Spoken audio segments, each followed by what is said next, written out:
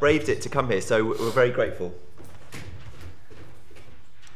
Thanks very much, everyone, for giving me the opportunity to be here today. I'm delighted to actually finally get here and give this talk. Just the mission of Dublin Fire Brigade's GreenPlan, which is what I'm going to talk about today, is a project of actual actions that have physically happened.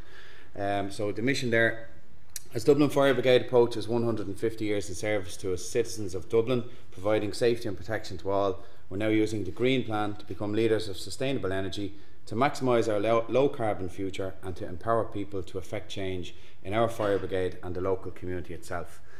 It's a kind of big statement, but the fact that we're actually practicing it means that we're actually bringing our philosophies and ideas into the community, which has given us much better paybacks than initially thought. The history of the GreenPlan, it all started in Kilbarrack Fire Station 6 years ago. The plan was simple: reduce energy, save money, ring fence the savings, make more investments, maybe become carbon neutral one day. Is it a wish? Could it be done? And we selected Kilbarrack Fire Station, where I coincidentally work, as the pilot project for all of Dublin Fire Brigade, and we'd lead by example, and if it worked, we'd create a template for all others to follow. How would we do it? Well, we'd have to develop behavioural change, deliver services differently with a green agenda, and include local community interaction, something we hadn't been doing. Restructure our Fire Brigade business plan to accommodate the GreenPlan and its 7 themes, which meant management had to change their ethos. Create a ring-fenced fund for savings that would be created from this process, and invest in stakeholders as an asset to the future of the project. Develop a social impact and empower people to effect change, and develop our own green public procurement policy. All these things didn't exist. Now, I have batteries as the headline. The thing is, it didn't really start there at all. In 2008, we lost 50% of our staff. Motivation levels dropped. It was a 40-year-old fire station. It hadn't even received one lick of paint in 40 years. No one wanted to work there. Randomly, I placed a cardboard box on a counter, and I asked people to recycle used batteries in the fire station in the box. And within a month, even though no one was motivated in the station, the box was overflowing with batteries. The problem was I had nowhere to put them. So I realised I had a staff buy-in, and that they were becoming the stakeholders of this fire station. I started organising lots of meetings, setting up lots of types of councils and different bodies and boards, partnership, you name it. And it ended up, we set up accounts, credit union accounts, bank accounts, and I asked the firefighters to make an investment in the fire station with their own money as stakeholders.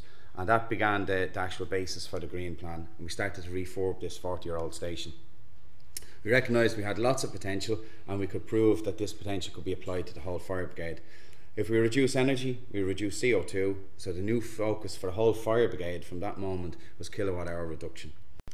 Technique 1, analyse, then reduce, then produce. I have a 3-pillar system, which is low capital outlay, quick payback period, and replicability.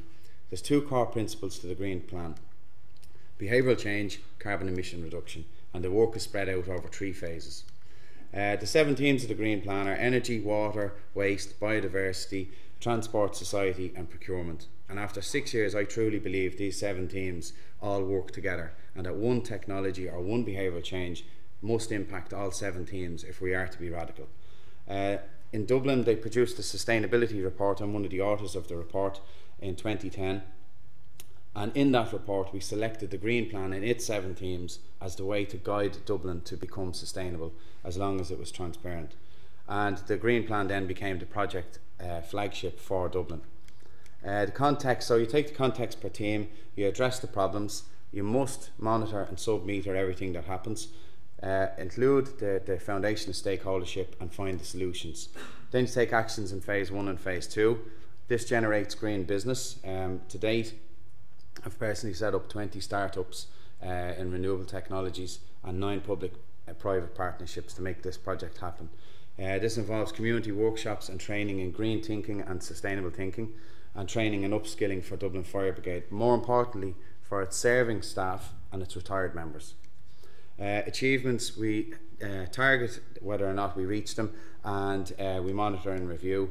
We take the savings, ring fence them, and reinvest them in the future actions, and that's phase 3. Phase 3 is using money to fund innovation. So for several years now, we've been the highlight of the Innovation Dublin Festival. in Kilbarrack Fire Station. Quick examples, I won't have time to go over everything. We used to produce 40 tonne of CO2 from the gas the station used, the same for electricity. Solution, there's over 300 completed projects. Just a quick example, we used thermodynamic solar collector panels that didn't exist in Ireland. I had to actually import all the components and have them made, which is a business that started up successfully. Internal and external energy efficient lighting was installed, gas condensing boilers, LED lighting. A simple example, in a 12-month period we reduced the cost of lighting the building in Kilbarrack by €12,000. A very quick payback. Water, quick examples, fire station needs water to put out local fires. Fact, we used 5 cubes of water a day in our fire station, but we also had urinals that flushed every 5 minutes. There were 9 litres of water and it was 24 hours a day. With no water measurements in place. Quick solutions, let's make a rainwater harvester, motion sensor taps, waterless urinals, reduced flow shower heads, and then I designed and built a wastewater treatment work below ground. I treated the water to EU levels and put it back into the harvesting tank and used a whole lot to put out local fires, and we're years doing it successfully. Waste in the green plan is very important. You have to look at waste in 2 ways. It's domestic waste that goes to landfill, because that's the image we all think of. If we're going to be radical, we have to think it's inadequate insulation and air tightness problems. We had a very leaky 40-year-old building. Some simple examples, station fails its air tightness test and 10 tonne of CO2 emissions were actually going through the building fabric. 100% of waste went to landfill. Again, quick solutions. Sustainable sourced softwood timber from Ireland, from actually up the road from the fire station, was developed, where we actually got local carpenters to hand make windows, which come with 90-year certificates as a life cycle, and we got doors and panels and we installed them in the fire station, which, again, in a business generation model, kept the whole area employed. We reduced the CO2 of emissions by 10 tonne, and again we were able to now have a better building, which was no longer had sick building syndrome and problems like that. We reduced our waste to landfill by just simply building a recycle bay. Now again, we didn't have places to put the recycling at the time, but we built a recycle bay, 40% less waste gone to landfill. Biodiversity, we had different areas around the fire station that were just dead space for 40 years. We had lots of potential to build insect habitats and ecosystems, and we wanted to involve the community other than talking about fire safety, but we just didn't know how. Few solutions. I wrote a biodiversity action plan for Kilbarrack Fire Station. It's now the biodiversity action plan for all of Dublin Fire Brigade. That means there's full interaction and participation and training and learning.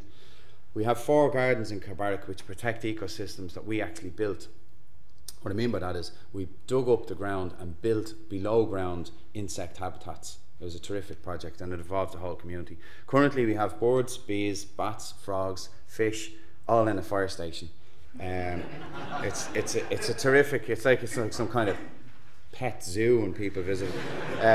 The retired members, more importantly, now have an actual link and a job when they come to our fire station. They're the maintenance men for the fire station.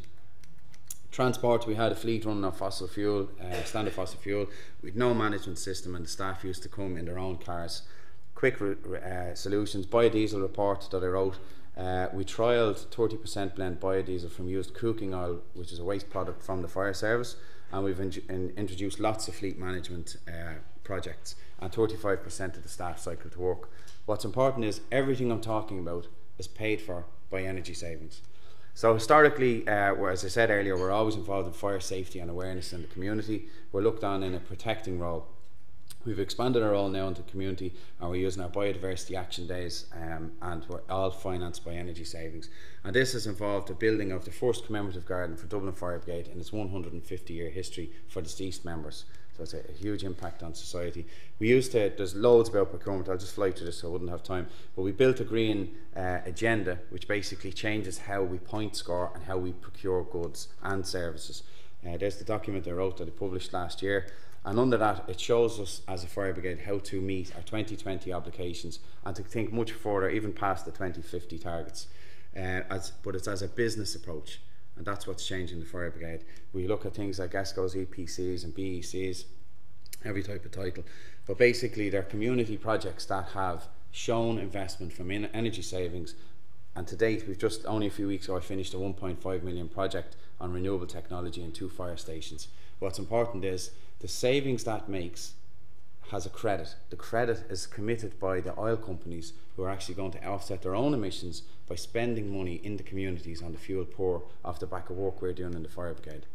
So I'm involved in different EU projects. So just a quick one, for Kilbarrack alone, there was €163,000 spent, a proven transparent saving of €48,000 a year, and just over a 3-year payback. We've had 5,000 people visit the fire station so far.